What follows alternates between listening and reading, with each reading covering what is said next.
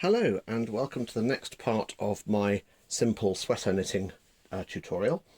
Now, today we're going to knit the sleeves, and just before we start, what I will say is if you like this video, if you find it helpful, do like it, do subscribe, and do also check out my Patreon page if you want to make it easier for me to make more of these videos faster.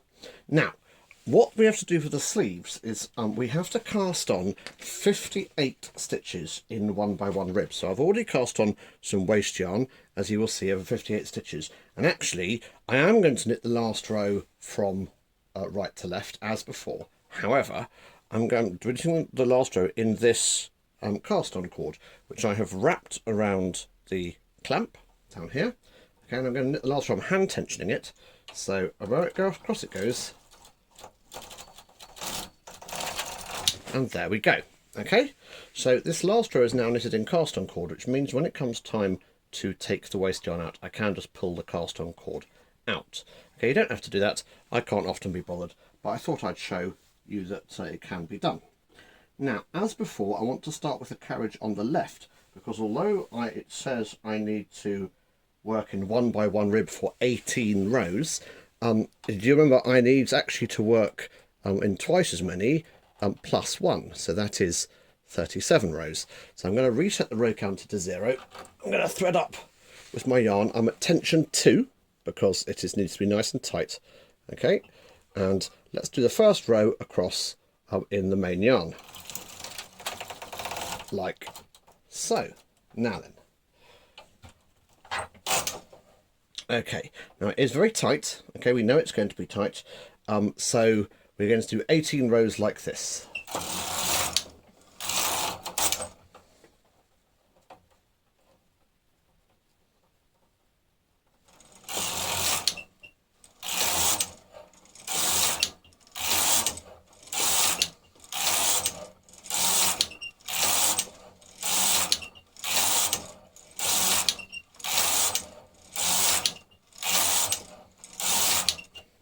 And then just as before, I'm just going to rehang my weights. Just as before, I'm going to do one row loose and then another 18 rows tight, making a total of 37 rows. So one row at a nice loose tension. Let's go with tension 8, like so. Okay, and then I'm going to go back to tension 2 and I'm going to knit up to row 37.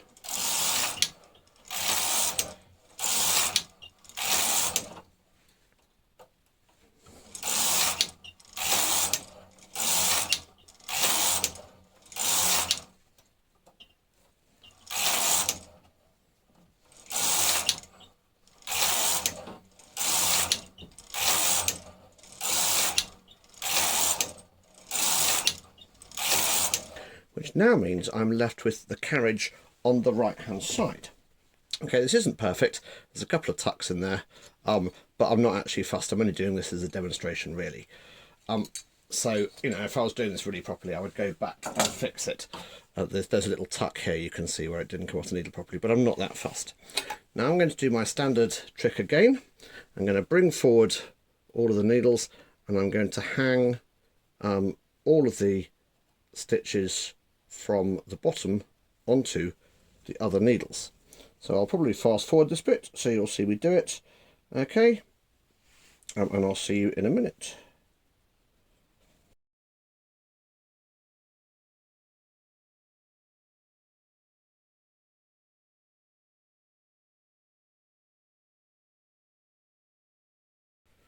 Right then, now this is where it gets a bit fun. We need to get our maths brains out. So because we're going to do maths, I'm going to reset the row counter now so that I know what I'm doing. Okay, and the next instruction says that I need to change to tension dial 5 and stocking stitch row counter 0. So I'm going to change to tension dial 5 now, just before I forget. Okay, and then it says increase 1 stitch at each end of every 4th row 13 times. So that requires a little bit of maths. Okay, if I'm doing each end of every 4th row 13 times, I'm going to end up with 4 times 13, which is 52 rows. Okay, so now I'm going to finish at 52. Now there's two ways of doing an increase. there's the difficult way and the easy way. The difficult way is when you transfer the stitches across one and then pick up the heel of a stitch and fill in the gap. That's called fully fashioned increasing. And you do that at the end of the row that you have just knitted.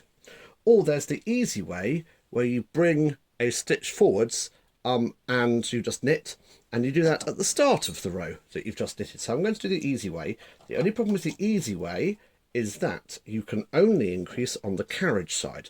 So instead of increasing one stitch at the end of each end of the row every 4 rows, I'm going to increase one stitch at the end of the 3rd and 4th rows. So it's going to be knit, knit, 3, increase, 4, increase, 1, 2, 3, increase, 4, increase. And I'm going to carry on doing until the row counter says 56.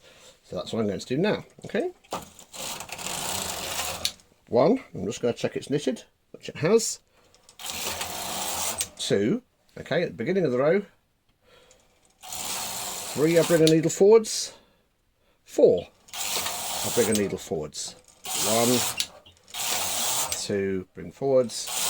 3, bring forwards. 4. Now as I do that, I'm going to want to rehang my weights fairly regularly to make sure I am definitely pulling the edge stitches off as planned.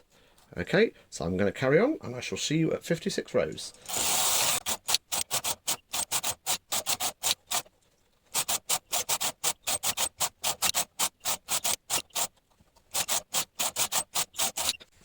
Now then, I got to 52 rows. I actually forgot and knitted the 53rd row, but that's not the end of the world. Now is as good a time as any to pull this cord out and release the waste yarn. So you just give it a good old yank, and it does sometimes need quite a hard yank, and this cord is old so it may break at this point, but I don't think it will. And you just grab it and you pull it out. This is the trouble with this method, is that you end up really hurting your fingers because you need to really yank it hard to get it out. Okay, but here it comes. Okay, and then the waste yarn should just fall off. Okay, now it's actually got caught in there, so I'm not fussed. I'll snip it out later, but I shall leave it there for the minute. Now then, I have to look at my instructions next. Okay, it says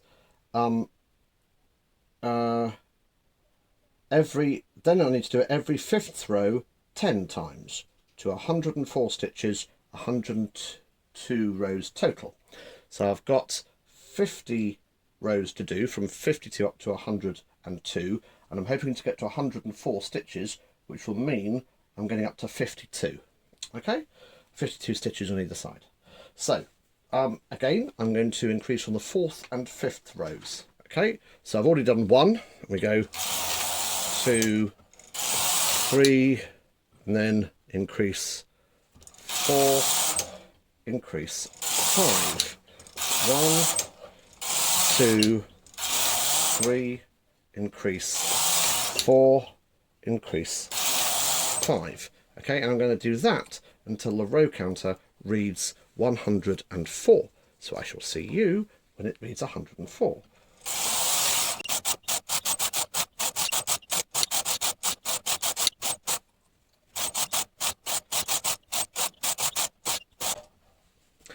And there we go, we've got to 102 rows, and if I check, I do indeed have 52 stitches on either side, which means I have got 104 stitches in total.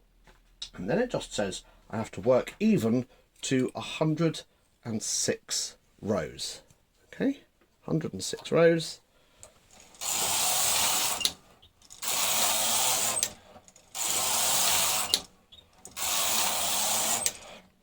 And then what it says is I need to cast off loosely. Now what you'll see is that this sleeve seems awfully short for a sleeve. Now bearing in mind it's for a small child, but actually it's going to pull out a lot further when we take it off the machine. Now it says I've got to cast off loosely, so I'm going to cast off using a method called the transfer cast off, because you can cast it off reasonably loosely. It's not the loosest cast off available, that would be the back stitch, but the transfer cast off is a good one. Okay, and I have covered this in a previous video, but I'll show it to you again just in case. Okay, so starting at this end, I transfer a needle across. I actually transfer it across behind the sinker pegs, which means it will stay on the machine quite nicely. And then I knit through a stitch manually by hand. Okay, I make that stitch really quite big, okay, so it's nice and loose. So this stitch needs to be quite big, okay, and then I transfer it across, again behind the sinker pegs, just to make sure, it doesn't matter if you do it in front of the sinker pegs, but just make sure it stays on the machines all the way across, okay, and I've got to do this all the way across all 104 stitches, so I shall see you at the end.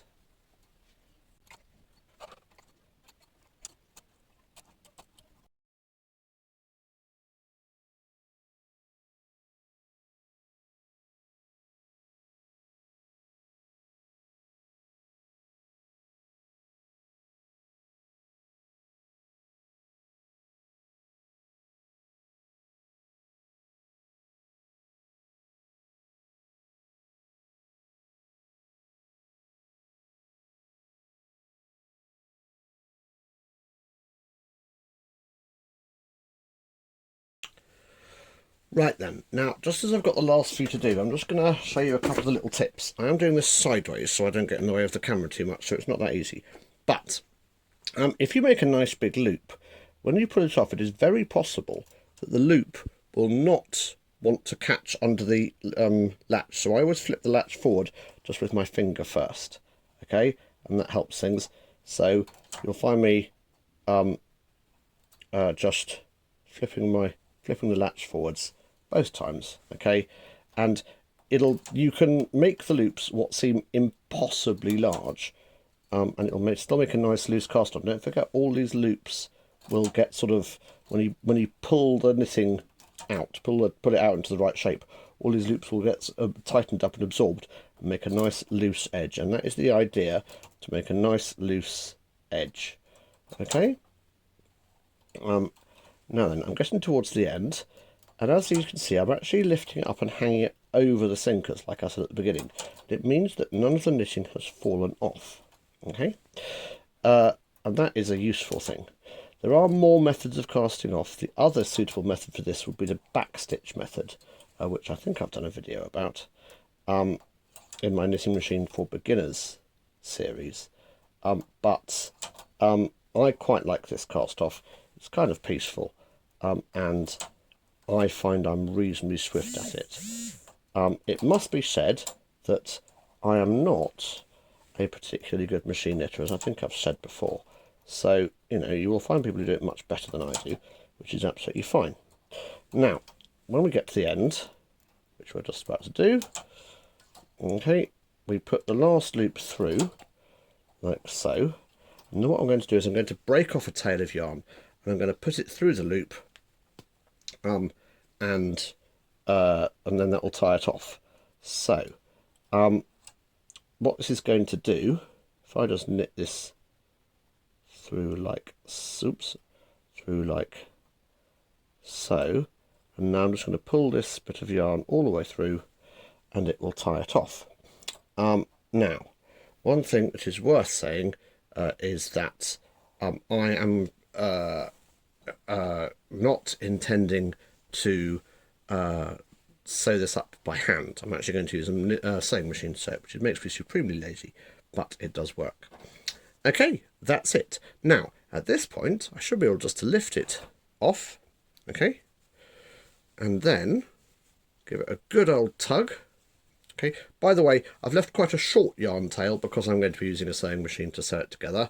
Okay, if I wanted to knit it together, I might leave a much longer yarn tail, which would allow me to use the end of the yarn to knit it all together, but not this time. And there we go, one sleeve. Now, I'm not going to knit the second sleeve on video because it's literally exactly the same as the first sleeve. So the next video that you will see is me joining one of the shoulder seams and then knitting the neck. So, as I said at the beginning, if you like this, do subscribe, do check out my Patreon, and I shall see you next time. Goodbye.